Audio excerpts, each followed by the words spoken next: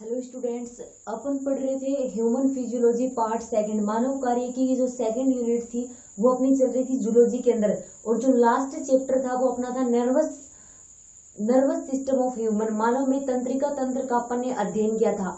आज अपन अपना नया चैप्टर स्टार्ट करने वाले हैं जिसमें अपन डिस्कस करेंगे सेंस ऑर्गन्स के बारे में, संवेदी अंगों के बारे में अपन पढ़ेंगे। तो सेंस ऑर्गन्स या संवेदी अंग वो अंग होते हैं जिनके द्वारा अपन बाहरी वातावरण से उद्दीपन प्राप्त करते हैं। अपनी बॉडी के अंदर अपने शरीर में पाए जाने वाले वे ऑर्गन्स या वे अंग जिनके द्वारा मानव बाहरी पर्यावरण में होने वाले परिवर्तनों के बारे में जानकारी प्राप्त करता है, वो अंग कौन से अंग होते हैं? संवेदी अंग होते हैं। मतलब अपनी बॉडी में पाए जाने वाले वो अंग जिनके द्वारा हम अपने बाहरी वातावरण में, अपने एनवायरमेंट में जो भी परिवर्तन हो रहे हैं, जो भी चेंजमेंट हो रहे हैं, उनके बारे में जानकारी प्राप्त कर रहे हैं, वो अंग ही अपने कौन से होते हैं? संवेदी अंग, जिन्हें अपन ज्ञानेंद्रिया भी बोलते हैं। जैसे कि किसी भी प्रकार की आवाज अपने को सुनाई देना, अपने को भूख लगना, प्यास लगना, ठंड का अनुभव होना, गर्मी का एहसास होना, सभी वातावरणीय उद्दीपनों के द्वारा उत्तेजित होकर अपने जो संवेदी अंग होते हैं, अपने जो सेंस ऑर्गन होते हैं, उसमें विशेष प्रकार की संवेदी कोशिकाएं होती है जो बाहरी वातावरण में उद्दीपनों को उद्दीपन जो होते हैं उनको ग्रहण करती हैं।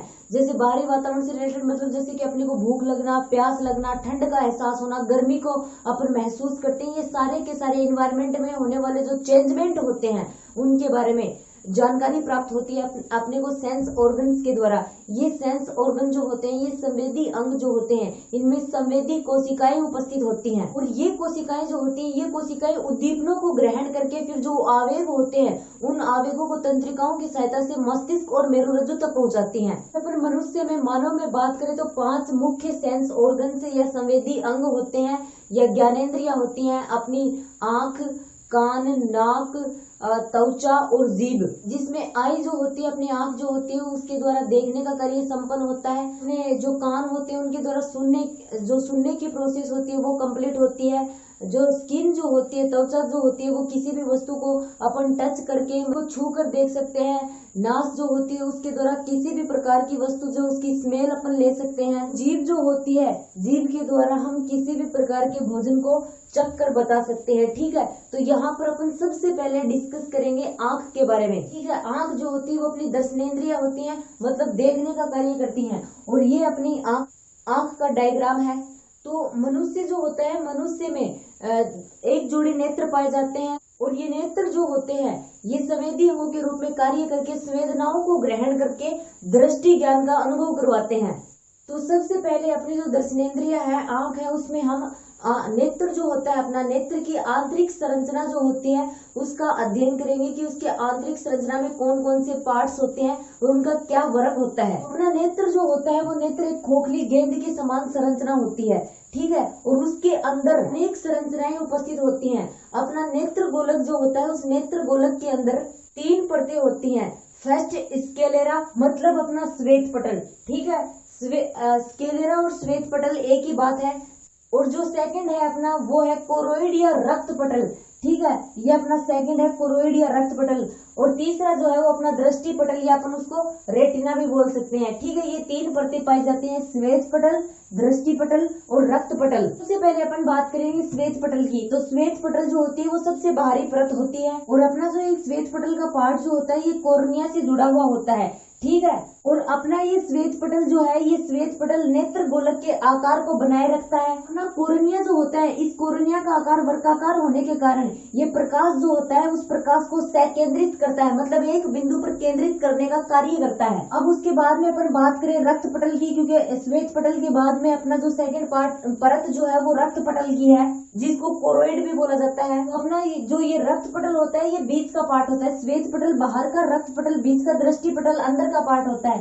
ठीक है, रक्त पटल जो होता है वो बीच का पार्ट होता है, जो संयोजी ऊतकों का बना हुआ होता है। इस रक्त पटल के अंदर रुधिर वाहिनियों का जाल पाया जाता है। अपना जो ये रक्त पटल होता है, इसकी वजह से प्रकाश जो होता है उस प्रकाश का परावर्तन नहीं हो पाता है, जिससे वस्तु जो होती है उस वस्तु का प्रतिबिंब स्पष्ट रहता है, वस्तु का प्रतिबिंब खराब नहीं हो पाता है। ओके, ये इसका वर्क होता है। इसके बाद में थर्ड जो आती है वो अपनी दृष्टि पटल या रेटिना आता है, जो सबसे आंतरिक पार्ट होता है, जो 2 कोशिकाओं का मिलकर बना हुआ होता है। 2 कोशिकाएं कौन सी? एक तो शलाकाएं और एक शंकु।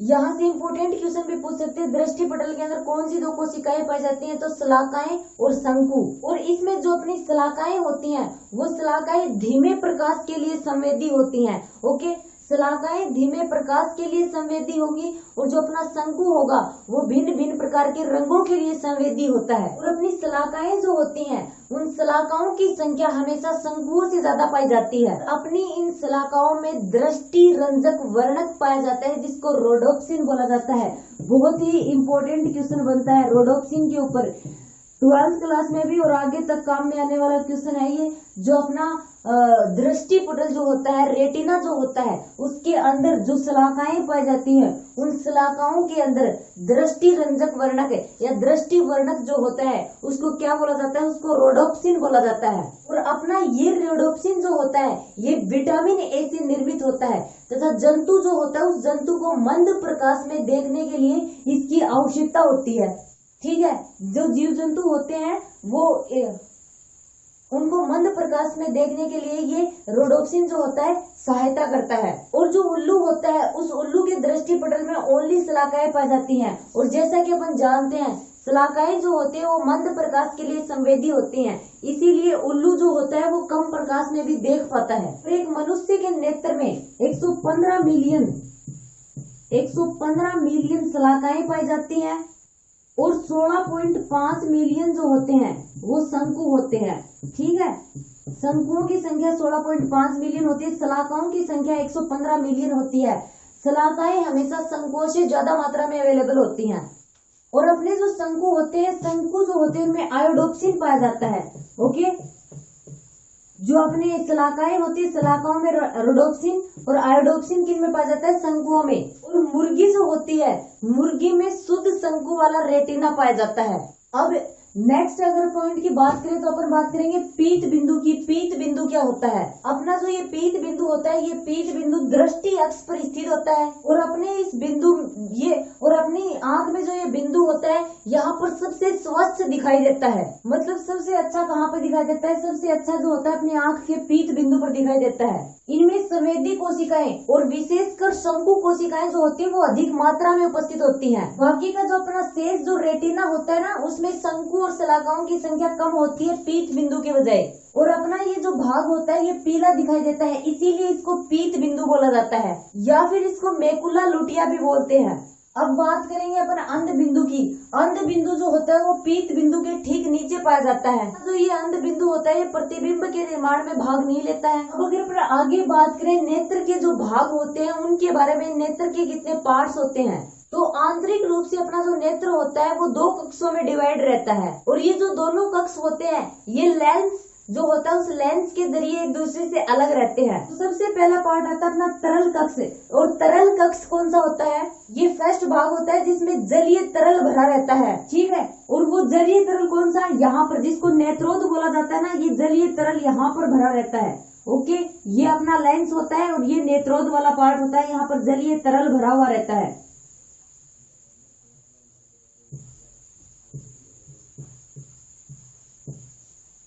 और इसके पीछे का जो पार्ट होता है उस पीछे के पार्ट में गाढ़ा कचाब पदार्थ भरा रहता है।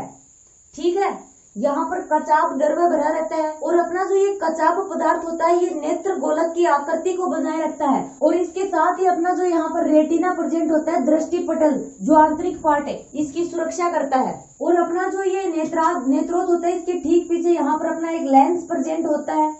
और ये जो लेंस होता है ये अपना आकृति में उभयोतल और अर्ध ठोस होता है। ये मुलायम जेलेटिन उत्तक का बना हुआ होता है। और ये लेंस जो होता है इसके पास में ये पर्दे जैसी एक संरचना होती है, ये आपको दिखाई दे रही होगी। इसको आइरिस बोला जाता है, परितारिका जिसे अपन हिंदी में बोलते हैं। नेत्र का जो रंग होता है वो नेत्र का रंग इसी परितारिका या आइरिस के कारण होता है।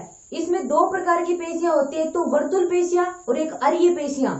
वर्तुल पेशियां जो होती है, वर्तुल पेशियां पुतलियों को संकरा करने का कार्य करती हैं। और अरीय पेशियां जो अपनी आंखों की पुतलियां होती हैं उनको फैलाने का कार्य करती हैं। और अपना नेत्र जो होता है, नेत्र कोटर को घुमाने के लिए 6 प्रकार की पेशियां पाई जाती हैं। इनमें से 4 रुजु तथा 2 पेशियां जो होती है वो तिरछी होती हैं। ठीक है, नेत्र कोटर को घुमाने के लिए 6 कंकालीय पेशियां प्रेजेंट होती है। और अगर उनके नाम के बारे में अपन डिस्कस करें, एक तो होती है बाह्य रज्जु पेशी, एक होती है अंतः रज्जु पेशी, एक होती है उत्तर रज्जु पेशी और एक अधो रज्जु पेशी, और 2 होती हैं तिरछी पेशियां, जिनमें से एक जो होगी वो उत्तर तिरछी पेशी और एक जो होगी अधो तिरछी पेशी। और इन 6 की 6 पेशियों की वजह से आंख जो होती है वो दाएं बाएं ऊपर नीचे घूम पाती है। और अपना नेत्र जो होता है, इस नेत्र के आंतरिक पार्ट में एक अवशेषी झिल्ली भी पाई जाती है, जिसको पेलिका सेम्युलेरिस बोला जाता है। और मोस्ट इम्पोर्टेंट अगर अपन बात करें, अपना जो ये नेत्र होता है, इस नेत्र के अंदर नेत्र ग्रंथियां प्रेजेंट होती हैं। यहाँ से छोटा क्वेश्चन पूछ सकते हैं नेत्र ग्रंथियों के ऊपर 1 या फिर 2 नंबर का। और अपना जो नेत्र होता है, इस नेत्र में 3 प्रकार की ग्रंथियां पाई जाती हैं। अगर अपन बात करें कौन कौन सी होती हैं वो नेत्र ग्रंथियां, फर्स्ट होती है अपनी मीबोमियन ग्रंथि, सेकंड होती है अपनी मोल की ग्रंथि, और थर्ड होती है अपनी अश्रु ग्रंथि, जिसको लेक्राइमल ग्रंथि भी बोला जाता है। ठीक है, ये 3 नेत्र ग्रंथियां पाई जाती है, मीबोमियन ग्रंथि, मोल ग्रंथि, अश्रु ग्रंथि या फिर लेक्राइमल ग्रंथि। अगर अपन डिस्कस करें फर्स्ट मीबोमियन ग्रंथि की, तो मीबोमियन ग्रंथियां जो होती हैं दोनों पलकों के किनारों पर पाई जाती हैं। और ये मीबोमियन ग्रंथियां जो होती हैं एक तेलीय पदार्थ का स्राव करती हैं, जिसकी वजह से कोर्निया जो होता है उस कोर्निया को चिकना बनाए रखती हैं, जिससे अपनी पलकें जो होती हैं उनको ऊपर नीचे करने में कोई भी अवरोध उत्पन्न नहीं होता है। सेकंड ग्रंथि होती है अपनी मोल की ग्रंथि, सोलियरी ग्रंथि भी बोला जाता है। ये पसीने की जो ग्रंथि होती है उनका रूपांतरित रूप होती है, जो अपनी पलकों के किनारों पर बोर्निया के पास में पाई जाती है। और तीसरी होती है अपनी अश्रु ग्रंथि या लेक्राइमल ग्रंथि। तो अपने जो दोनों नेत्र होते हैं, उन दोनों नेत्रों के ऊपरी पलकों की ओर किनारे पर 3 अश्रु ग्रंथियां पाई जाती हैं, जिनसे नमकीन द्रव्य का स्राव होता है, जो कोर्निया होता है उसको नम बनाए रखता है, जिससे क्या होता है अपने आंख जो होती है उन आंखों की सफाई भी हो जाती है। तो ये 3 थी अपने नेत्र में पाई जाने वाली इम्पोर्टेंट ग्रंथियां। इनसे क्वेश्चन पूछ सकते हैं। सबसे इम्पोर्टेंट है अपनी मीबोमियन ग्रंथि, मीबोमियन ग्रंथि के ऊपर क्वेश्चन पूछ सकते हैं।